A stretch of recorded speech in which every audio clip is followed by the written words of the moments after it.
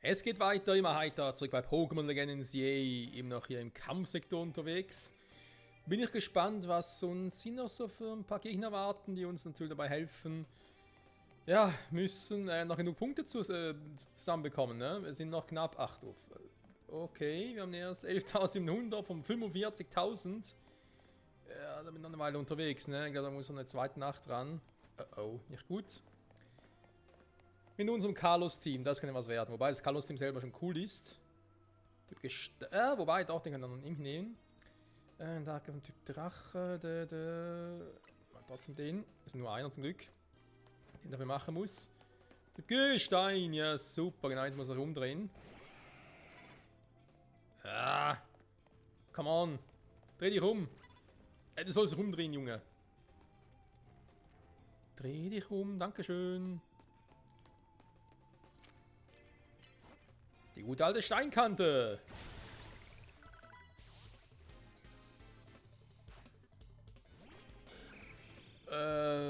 Stahlflug. Naja. Feuerzahn. Steinkante-Kombi. Und Drachenklaue.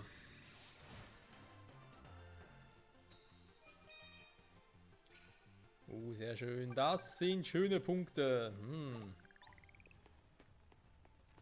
Eine Belohnung für den Sieg. Nehmen natürlich gerne mit. 2 Hyperbälle. 5. Ich komme jetzt auf 2. Egal. So. Schade, dann. Na, egal. Ist bloß ein Sarzenia. Das. Also, was heißt bloß, ne? Hilfe.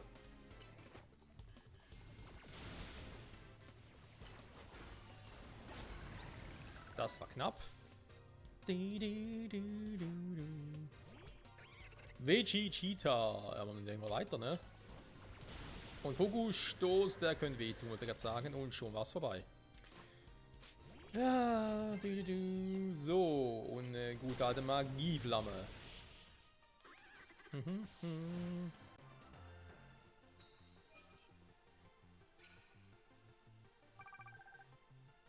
Ja, okay. Muss ich noch mit Tagen vom Typ Drache starten, wie es da so schön heißt. Aber erstmal kurz unseren, ich sag jetzt mal Lieblingsdrachen, ne? Den ein bisschen heilen. Aber einen anderen, besseren Trank dafür. Nehmen wir den hier, komm.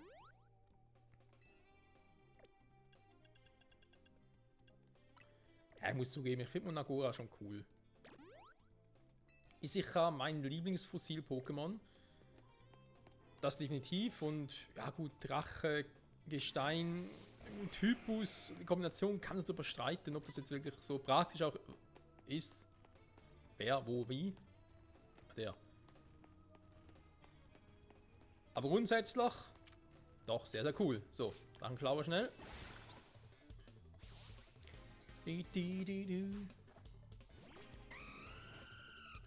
Ist halt so, ne, dass vor allem Drache mit, weil halt viele Schwächen hat. Was heißt Schwächen, ne? Aber halt Attacken immer wieder ein bisschen vorkommen. Gestein, ja, sowieso, weil du hast immer einen Gegner, der irgendwie mit Boden oder Kampfattacken daherkommt. Naja. Ist wie es ist, ne? Kuhmilch nehme ich gerne mit. Gibt dir 100 Punkte, ne?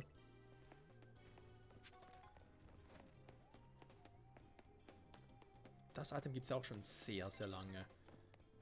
Ja, ich muss nochmal eine zweite Nacht ran, definitiv. Ja, sogar so seit den Johto-Spielen, also sprich seit Gold, Silber, Kristall gibt es das ja. Wobei damals, wenn ich mich nicht täusche, war es gar kein normales Item, sondern war irgendwie was Spezielles damals noch. Das war schon ein normales Highlight-Item. Oh. Oh, das wird wehtun. Wobei, Gestein-Pokémon, ne? Hat halt auch Vorteile. Oh, ein Tandrak. Warte mal, ist ein Drache.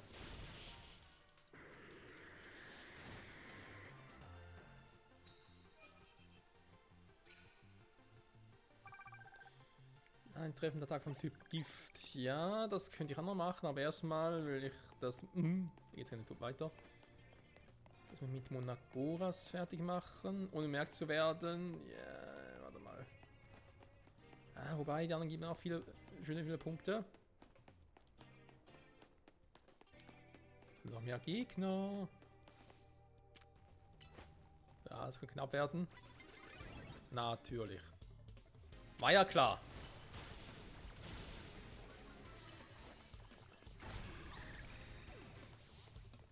So, diesmal hat es ausgereicht.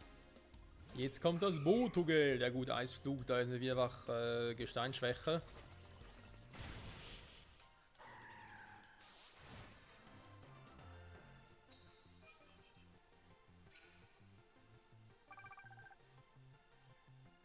So, wir haben schon mal mehr als die Hälfte von dem, was wir benötigen würden, ne? So, wie viel kriegen wir jetzt in der Nacht noch zusammen? Das ist die große Preisfrage.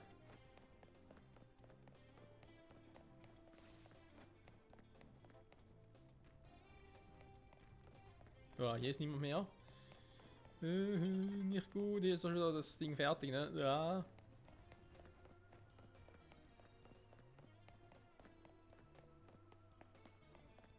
Wir schaffen es nicht mehr.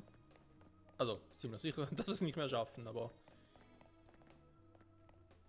warte mal, ist hier oben noch ein Trainer? Nee, oder? Doch, natürlich!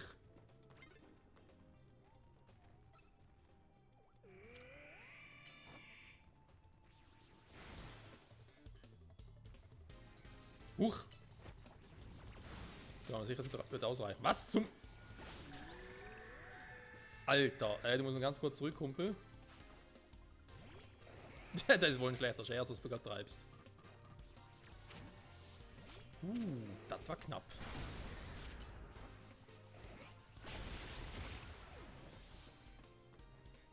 Ein Aerodactyl. Warte, man kann es mega entwickeln. Natürlich kann er.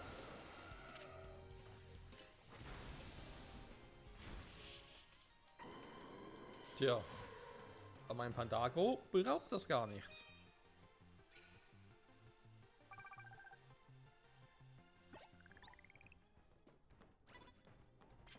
Was zum... Wo ist hier noch einer? Da drüben? So, komm, Mülltreffer für Giftattacken. Sehr schön. Arctilas. Ja, da würde er gerne mit Unlicht dran, aber... Ja, das habe ich schon befürchtet. Okay.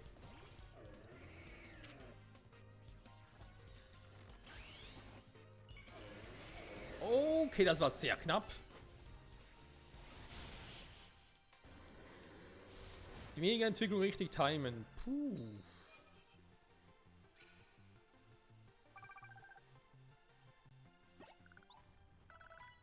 Ach, die ist eh gleich vorbei. Vielleicht kann ich hier mit Quatschutsu noch was reißen. Ist auch ein Unlicht-Pokémon. Mein Tag bricht an. Dass sie oben noch ein paar Trainer hat. Zu spät gesehen. Mist. Ich muss nochmal rein. Ah, die Nächte sind einfach zu kurz für sowas.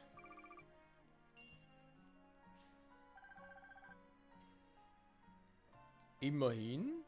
Anderes Preisgeld, ne? Wir waren sowieso noch viel Geld. Wenn ich nach unserem Metagro... Bibo, okay. Wenn ich nach unser... Ich dachte, das wäre ein wildes Nachtaren, haben wir schon gewundert, WTF. So, ne, Boxen wollte ich eigentlich schon, aber okay. Das Bibo will gerade nicht. Was zum...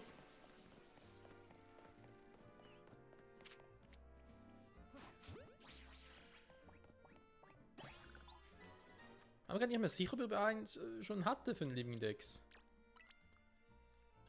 Ah doch, hier.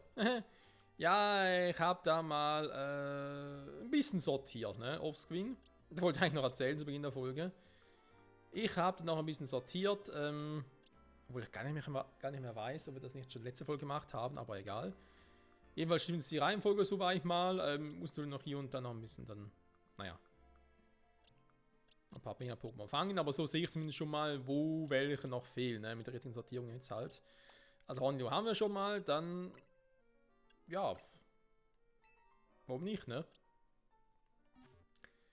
So. Ah, jetzt kommt ja das Biber dahin.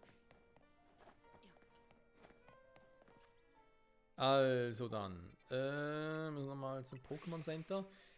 Ja, wie vorhin erwähnt, ne, wir brauchen noch ein bisschen mehr Geld, wenn ich ja dann für den nächsten Rang kämpfe. Entweder auch Despot, aber vor allem auch Metagross mal trainieren und dann einsetzen will. Da bin ich eigentlich ja, sehr erfreut sogar, muss ich zugeben. Die Kombination vor allem aus Garados und Metagross, es kommt sehr gut. Ich Metagross auch mega entwickeln werde. Der, so wie ich es jetzt mir überlegt habe, mit dem Lebenorb arbeite.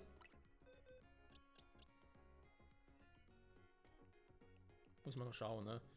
Ist der Beulenhelm, ja. So Dinge. Ja, auch hier mit Stalobor oder Gardevoir sind ja schon coole Pokémon, ne? Aber ich merke halt online, also mit Garados bin ich sehr viel besser aufgestellt. Stalobor hin und ab und zu, ja, macht auch guten Schaden. Gardevoir leider eher weniger. Deswegen haben wir jetzt die Hoffnung auf Metagross, dass der noch ein bisschen mehr reißen kann. Andererseits natürlich dann Gardevoir auch wieder Pokémon fürs Team, sag ich jetzt mal, ne? Vielleicht steht wieder von Galakladi. Ich auch ab und zu ein bisschen Mühe habe, aber wir schauen mal, ne? So, Brigaron, ja, er ist noch mega entwickelt, ist aber kein Problem. Aus- und Zeit vertreiben, ja, weil, was soll ich jetzt sonst machen, ne? Wir haben, glaube ich, wenn ich mich richtig erinnere, noch eine Sidequest übrig. Die mit dem Schiffrum in XL Größe.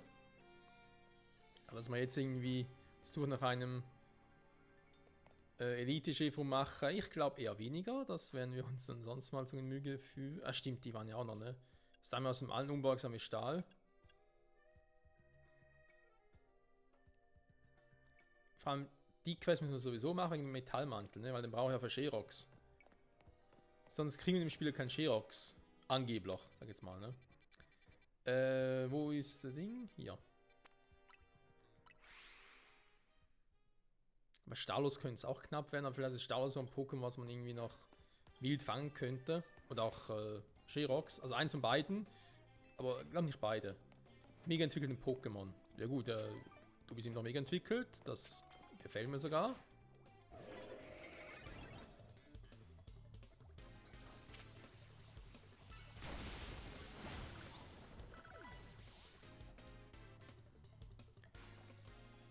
Priga. Was ist jetzt los? Okay.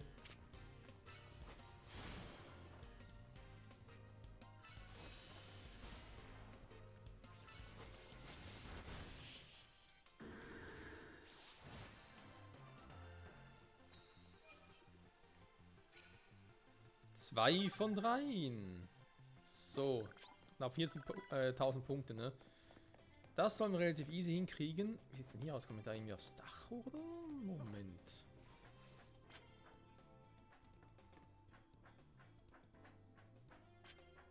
Auf alle Fälle hat es eine Schraube da oben.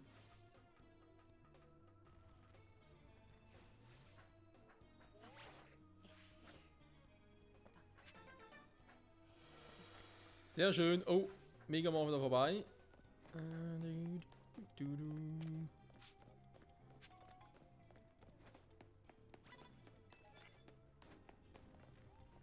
Das sind mega entwickelte Pokémon-Attacken ein. Okay.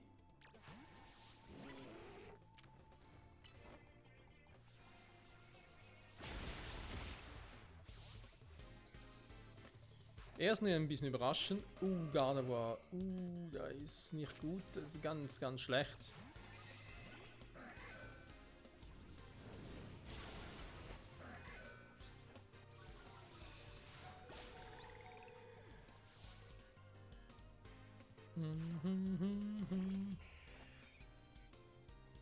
Der Boss der Tauben.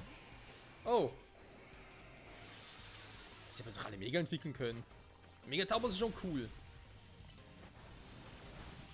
Dass keine Hitzewelle einsetzt.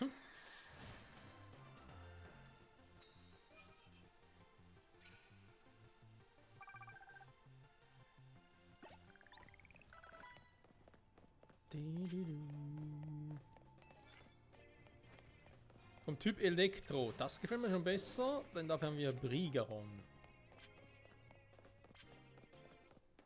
Okay.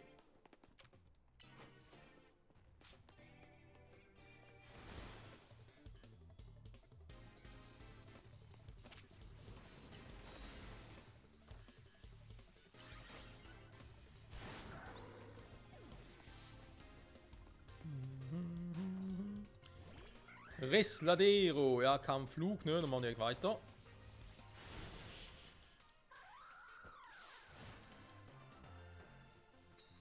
Guten alten Donnerschlag.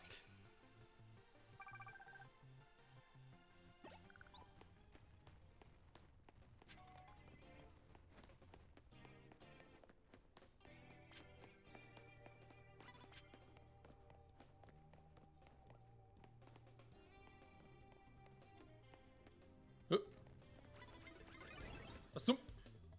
Boah.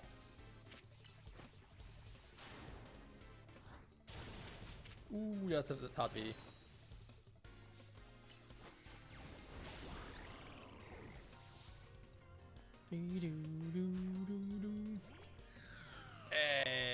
Nein, das ist eine ganz schlechte Idee.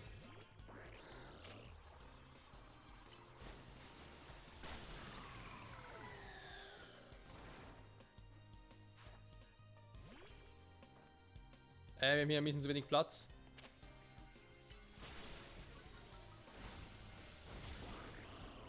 Ja, das war irgendwie klar. Ja. Einen guten alten Mülltreffer.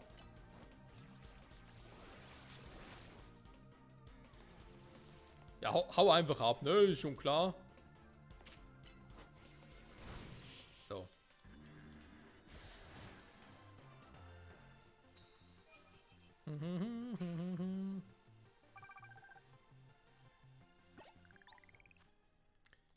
So, wollen wir mal sagen, ich heil mal auf die Schnelle. Brigaron. Weil wir ein bisschen mehr Power. Dann machen wir Quatschutsu. Dann nochmal einen Hypertrank auf Quatschutsu. Top-Trank auf Durengard. Machen wir noch ein...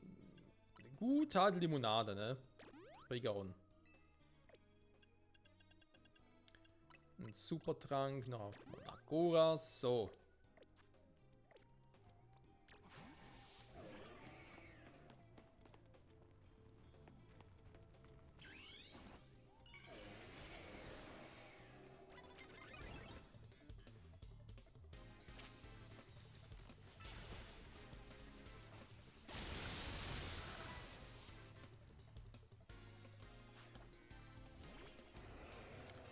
Ein Arctilas. Oh nein, zu früh. Ah, ne, ging noch.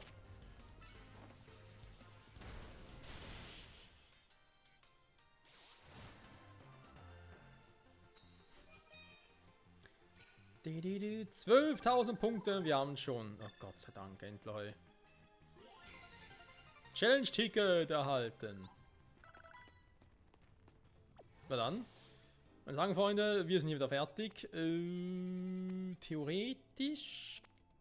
Also nicht nur theoretisch, ich mache es wirklich Tag und dann würde ich sagen, holen wir uns noch. Ja, dann machen wir noch schnell die eine Quest da mit dem Metallmantel. Dann wir den schon mal und wie gesagt, ne, je nachdem.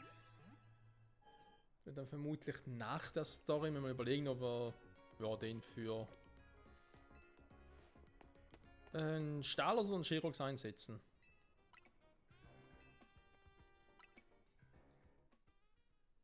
Halt je nachdem, ob wir dann eines von beiden, vielleicht sogar beide noch fangen könnten, ne?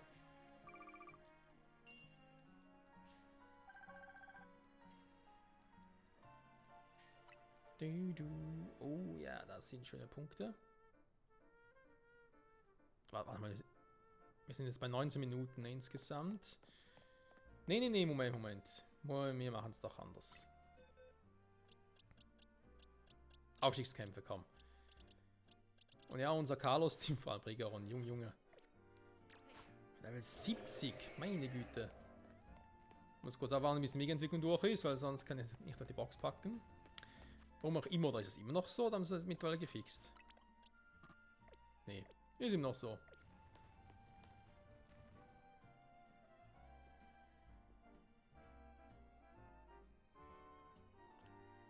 Es ist ja so cool. Ja, also Mega-Brigaron gefällt mir wirklich sehr, sehr gut. Die Mega-Entwicklung.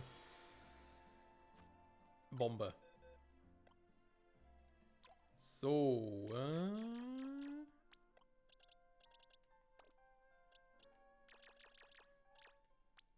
nehmen wir wieder mal unser Main-Team mit. Oh, es kann aus dem eigentlich auch Main-Team diese Mailer sind.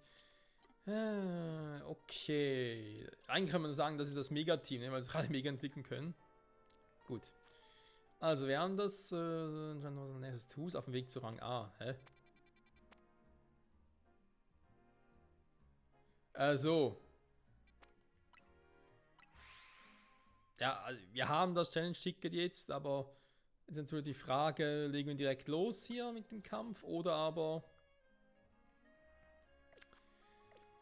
warten wir noch ab. Na dann. RZ, wir sind bereit. Oh. Ja, die anderen auch alle da? Nö.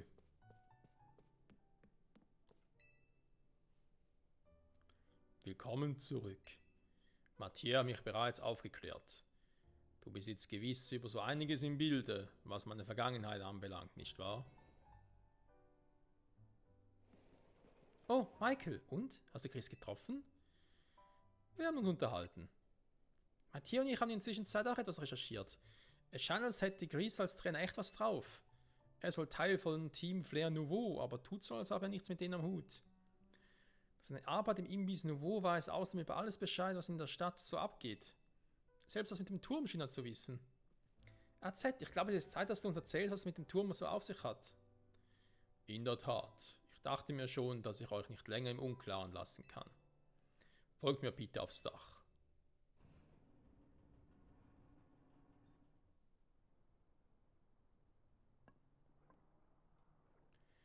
Also gut, Michael.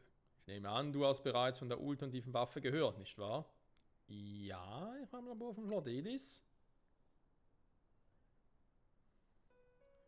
Ich erzähle euch nun von der Schuld, die ich auf mich geladen habe, sowie von der bitteren Reue, die mein Herz gefangen hält.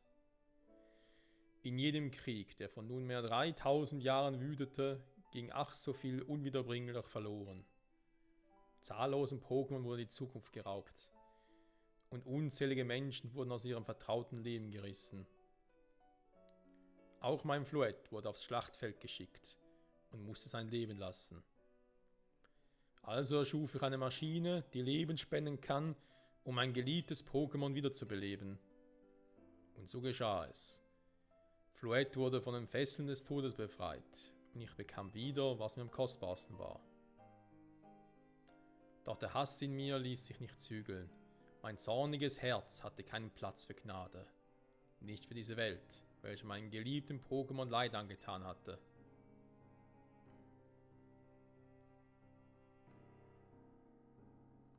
Blind vor Wut baute ich meine Maschine zu der besagten ultimativen Waffe um.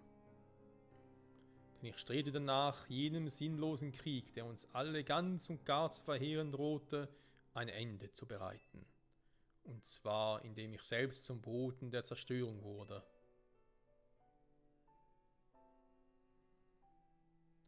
Das Licht, das von der ultimativen Waffe ausging, erreichte den Himmel und regnete Verderben auf die Welt herab, um alles niederzubrennen. Doch Floette muss die Wahrheit gekannt haben. Es verstand, dass unzählige Pokémon ihrer Lebenskraft beraubt wurden, damit ich ihm Leben schenken konnte. So verschwand es und ließ mich allein zurück. Die nächsten 3000 Jahre durchstreifte ich ziellos die Welt.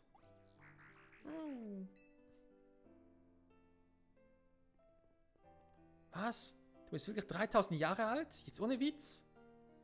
Während dieser schier endlosen Wanderschaft bat mich ein Herrscher um Hilfe. Er suchte nach einem Weg, um Carlos zu beschützen. Und so beschloss ich, dass ich keine weitere Maschine ersinnen dürfe, die von anderen stiehlt. Stattdessen wollte ich etwas erschaffen, mit dem ich die Kraft des ewigen Lebens, das Floette geschenkt worden war, mit anderen teilen konnte.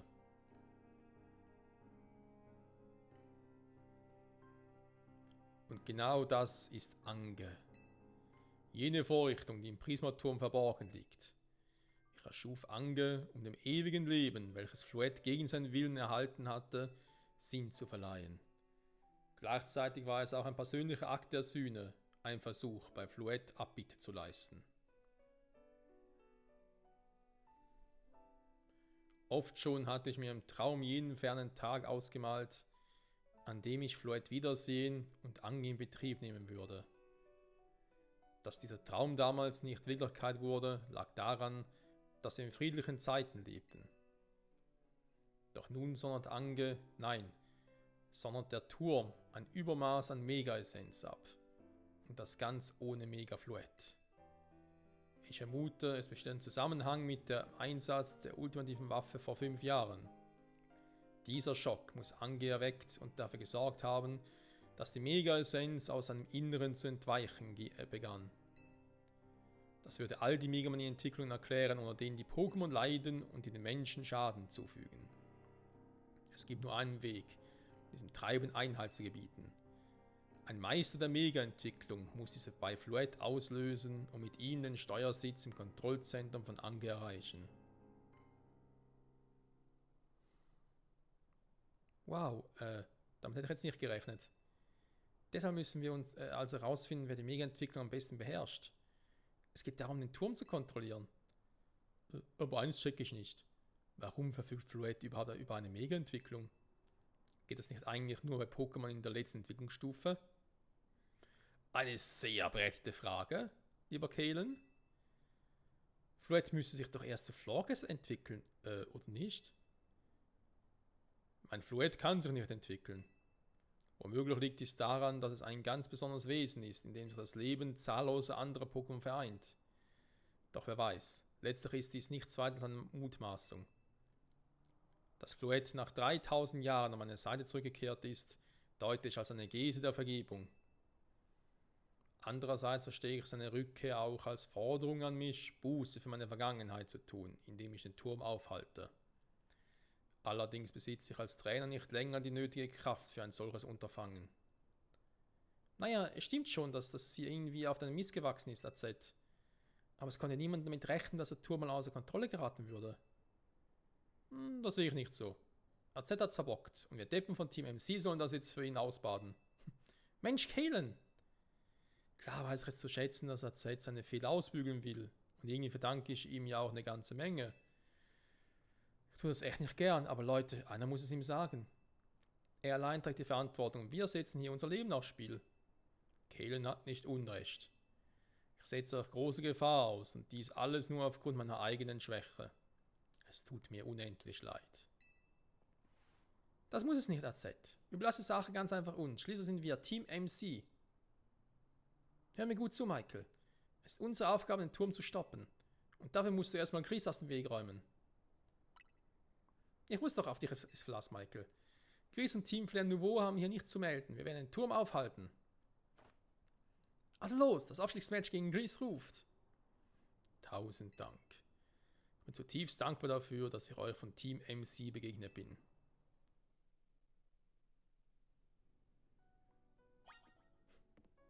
Ja, und auch Team MZ, ne, aber MC finde ich klingt irgendwie cooler. So, 28 Minuten, ich finde, es reicht eigentlich für heute, ne? Ich würde mal sagen, vielen Dank fürs Zusehen. Nächste Folge werden wir uns als den Match, den Kampf, naja, ihr wisst schon, werden wir uns also Chris im Kampf stellen. Rang A erreichen und dann bin ich gespannt, was passiert, ne? Ich meine, ist dann vom Storyfinale, ne? Und meistens bei Pokémon-Spielen, wenn Storyfinale ist, passiert irgendetwas ganz Seltsames, ne? Also jetzt gerade in dem Beispiel hier mit dem Turm, also mit Ange und so. Keine Ahnung, vielleicht plötzlich wird die ganze Stadt sich verdunkeln, irgendwie. Dann plötzlich alle Pokémon hier, ja, die Mega-Entwicklung durchführen oder so. Auf der Turm vor Mega-Essenz übersprudelt. Wobei, nee, geht ja gar nicht. Da nicht alle Pokémon hier im Spiel eine Mega-Entwicklung durchführen können. Wobei, vielleicht werden plötzlich neue Pokémon angeteasert, die wir noch gar nicht irgendwie das Mega-Entwicklung fangen können, ne? Das könnte theoretisch auch sein. Warte mal.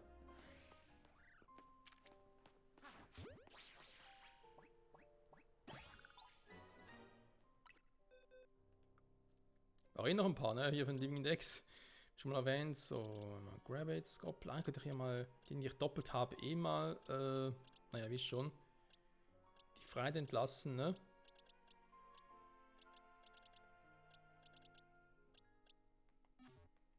eine Option. Die man von den Living Decks gar nicht bräuchte. Aber egal. Können wir gut noch später machen. So. Von Sektor 1 raus. Dann, damit ich es nicht irgendwie verpeile, was mir natürlich sehr gut sein kann. Datiri, gehen wir hier hin. Na komm, wisst ihr was? Wie sieht es hier aus? Ne? Ich habe zweimal Vati in Ampharos. Ich glaube, das ist Level 19 Vati. Ja, das ist jetzt mal frei. Zack. Dann machen wir hier den auf die Schnelle.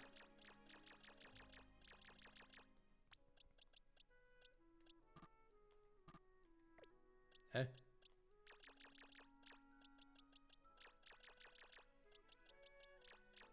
Das nur um einen Platz verschieben. Wollen wir uns verarschen? Wieso geht das jetzt nicht? Hä, muss ich jetzt hier wirklich einzeln verschieben? Was macht das? Hä, das ist unlogisch.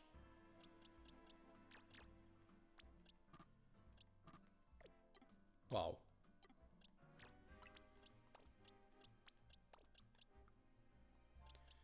Obwohl, vielleicht geht es so ja schneller.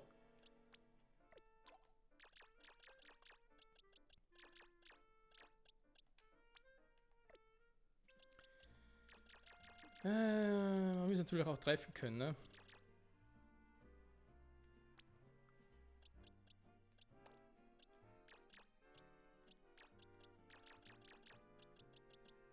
So, und dann die Reihe hier unten noch und jetzt alles zurück. Gut, natürlich fehlt noch die Entwicklung von Datiri. Dazwischen, es fehlen sowieso noch ein paar, ne? Natürlich fehlen noch die Starter. Aber wie bereits erwähnt, ne, ich glaube Endivie, Kanimani und den dritten, den Feuerstarter vergessen. Egal, die kann ich erst später fangen. Gehe ich mal davon aus, ne, dass es erst auch so nach der Story dann möglich ist. Aber egal. Freunde, danke fürs Zusehen. Bis zum nächsten Mal. Dann stellen wir uns, wie gesagt, vermutlich direkt einen Kampf gegen Gris. Außer. Oh, ich habe neue Sidequests schon wieder. Oh, viele Sidequests. Oh. Ja, gut. Nächste Folge erstmal Sidequests holen. Weil ich weiß ja nicht, was mit dem Kampf gegen Gris nachher passiert. Ne? Wenn wir Pech haben, dann geht es nach direkt ins Story-Finale über. Die Sidequests vielleicht verschwinden. Ich glaube zwar ja weniger, aber das gab es auch schon mal bei früheren Videospielen. Ich will es nicht irgendwie provozieren. Wobei, war es bei Pokémon-Spielen auch so, dass es schon mal gab? Ich weiß gar nicht mehr. Egal, bei Pokémon nicht.